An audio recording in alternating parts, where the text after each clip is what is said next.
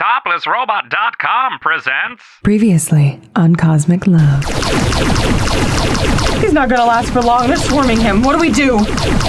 They're coming this way!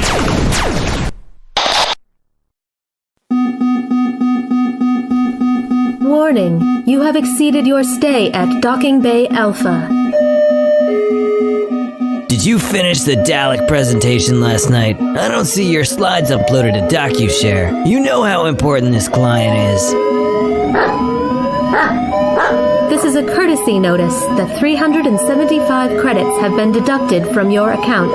Please remove your vehicle from Docking Bay Alpha. I don't see your slides uploaded to DocuShare. This client is. From Docking Bay Alpha.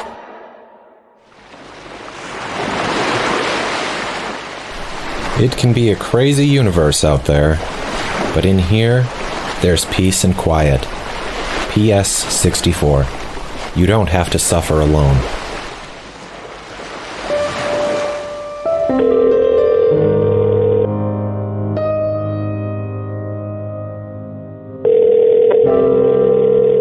I'm sorry, the caller you are trying to reach has elected to ignore your call. Please hang up and try again later.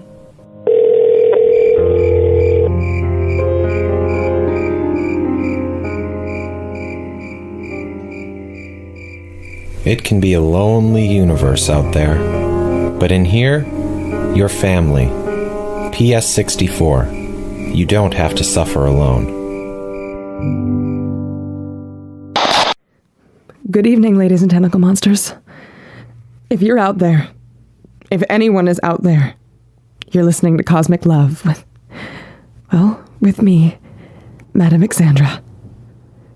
Gamma rays and I escaped from a tidal wave of Marficians. Barely. But Doc, my dear, sweet Oraxian gladiator is still missing. I should never have let you drag me away. Rule number 1 of the Neptune Adventure Scouts and Pleasure Sphere 64 alike is never leave a man behind. Oh, please, if we had not left the suicidal crab monster to his own devices, we'd surely all be dead by now. Don't say that! We don't know that he's dead. Honestly, woman, I cannot believe a higher being such as yourself would even consider sacrificing yourself for such a base thing. Talk shit about my friend one more time and all 4 of your heads are gonna be in a galaxy of pain. Friend? Ugh.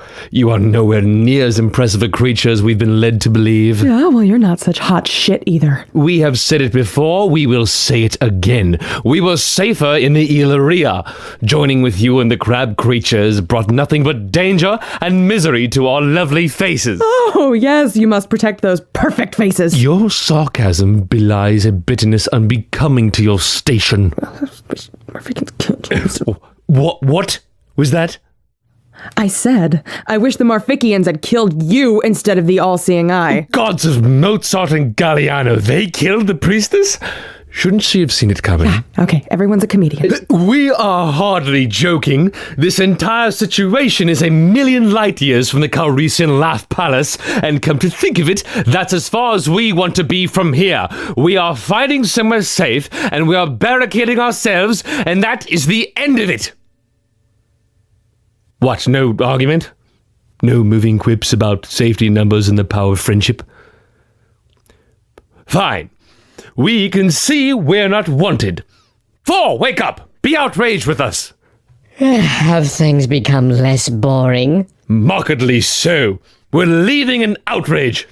Oh, good. Well, wake me up when we're back on stage. As much as you're pissing me off right now, I do want to point out that you're leaving me alone here. To die. Alone. Nonsense. You're the great Madame Xandra. You'll figure it out. Fine. I hope you get the word canty and wheezes. Okay, listeners. If there are any listeners, if I'm not just murmuring into the void, it's just me now. Doc is gone. Gamma rays is gone. Call, I suppose. If you are out there, if you have been listening, if it's not just me and one self-absorbed singer with 4 pig heads and 1,000 Marficians and nobody else. I miss Doc. It's too quiet without his complaining and his impatient click-clacking around. But, and I'm ashamed to admit it, listeners, I'm afraid to go after him. Madame Xandra is afraid. All my whips, and my leather, and my manacles, and my innuendos, they're no match for 1,000 Marficians. It's not gonna stop them from killing me. Like they killed the all-seeing eye. Like they probably killed Doc. And if I'm really the only one left, going on a suicide mission isn't gonna help anything. So, maybe because I need to hear another voice, so I can pretend I'm not alone. Or maybe so I can feel like I'm doing something. Anything, instead of just waiting for the inevitable. I'm going to answer one of your questions.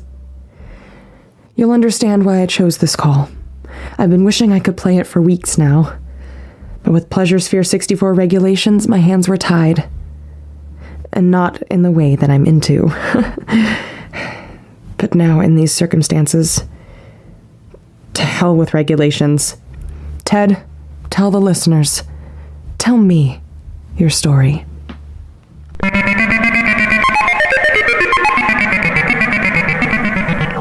Hi, Xandra. First things first, I know I'm not supposed to be calling you. Cosmic Love is for guests of Pleasure Sphere 64. But I can never visit a Pleasure Sphere, or anywhere else for that matter, so I hope maybe you'll overlook procedure and get around to my question sometime anyway. I hacked into the PS64 database and downloaded all of your episodes, and a few of Murray's Galactic Gardening, and listening to them keeps me from going crazy. I'm Ted. Well, technically I'm Ted 7. I'm a clone stationed on asteroid 101955. It's dangerous work, mining an asteroid, and one of these days I'll get crushed or knocked off into space, and the station will generate Ted 8, and he'll be just as lonely as me. Or maybe he'll be fine, I don't know, I'll never meet him. I'll never meet anybody. That's the whole setup here. It's a self-sufficient mining system with one Ted to keep the machinery humming. I wonder if Teds 1 through 6 were as lonely as me.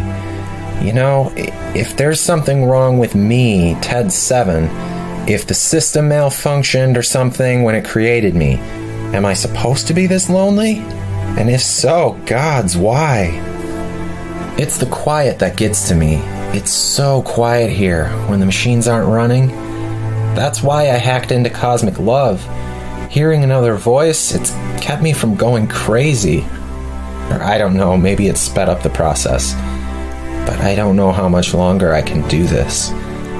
You're always saying communication is key, just be honest and open with your feelings and everything else will fall into place, but there's no one here for me to communicate with. At this point, all I can think is, I hope Ted 8 has a better time of it than me.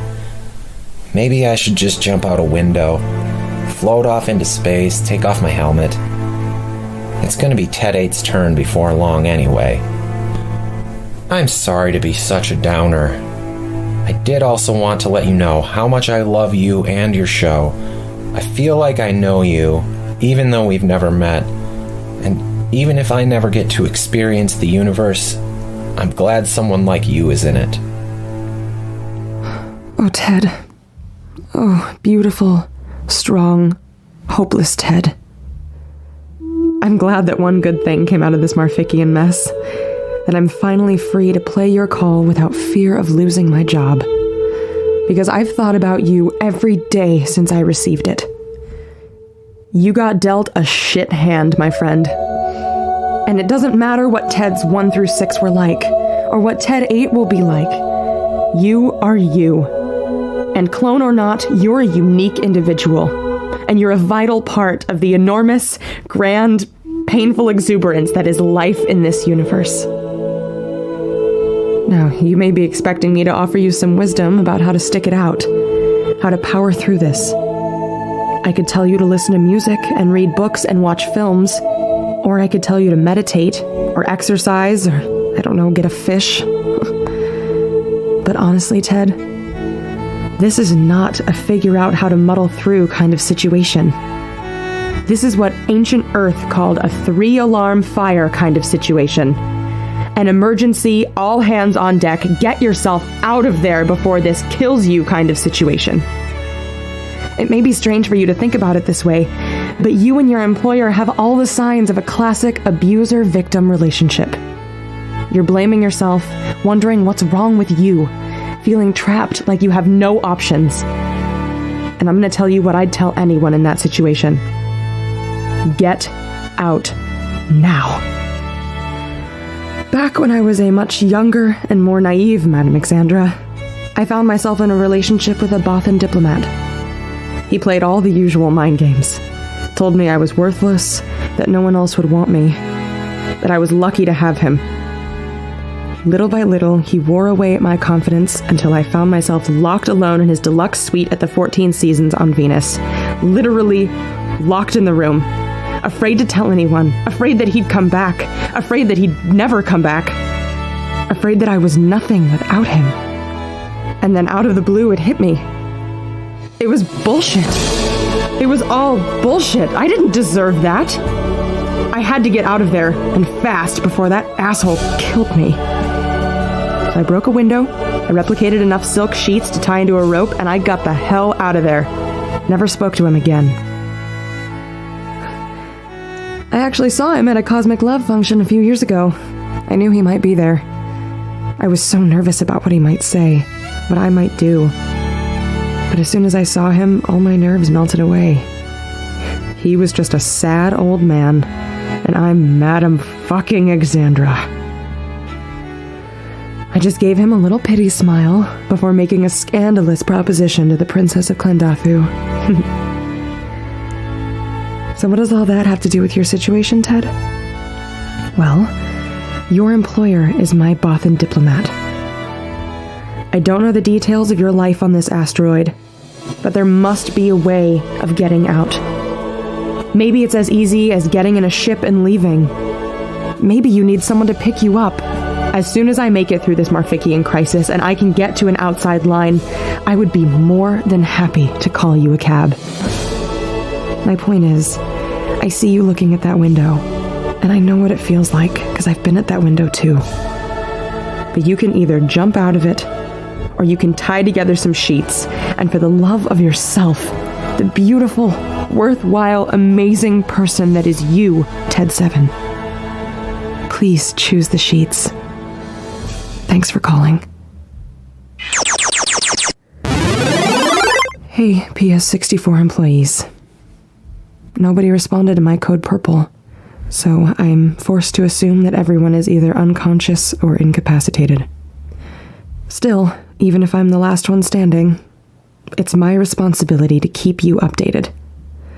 I'm currently on Deck 48 of the Captain Planet Memorial Arboretum and Water Park, hiding behind a baobab tree on the far end of the... Wait. Do you hear that? Am I losing my mind? Or is that really the click-clacking of an Araxian? Of my Araxian? Oh, it is him! Oh, listeners, it's really him! Oh, and he's carrying his Tuzu! Doc! My lady! I can't believe you're alive! I thought I'd never see you again! Although there is honor in valiant death in battle, Doc is also pleased to be not dead. Here, put down Tuzu and sit down a second. You look terrible. Smart lady fight 300 Marficians and also not look so good. Depends on which heels I packed for the occasion. But all that matters is that you and Tuzu are okay. Here, take my jacket. You can lie your beloved... Not. Sorry, not beloved. Gently lay down the body of your very professional trainer with whom you have a very professional relationship. Thank you. He looks...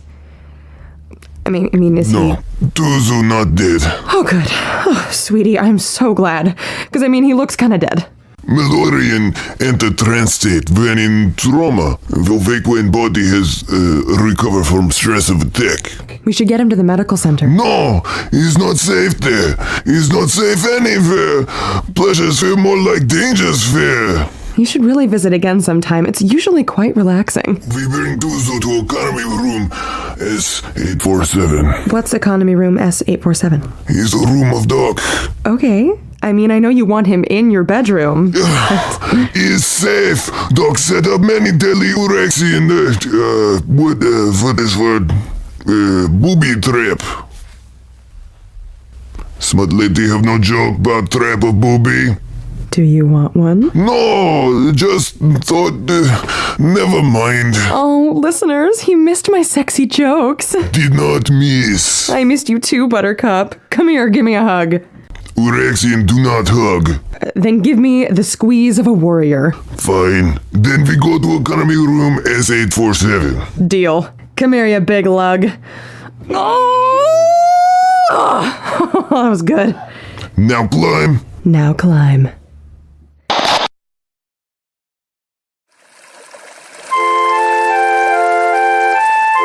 Remember plants? Daffodils were nice, weren't they? With their little petals and their leaves. They were green, right? Leaves were green? Refresh your memory and your senses at the Captain Planet Memorial Arboretum and Water Park. Now, featuring the Screaming Waterfall of Death, the only water slide in the Alpha Quadrant to feature a 300-foot free fall into a bubbling pool of scorpions.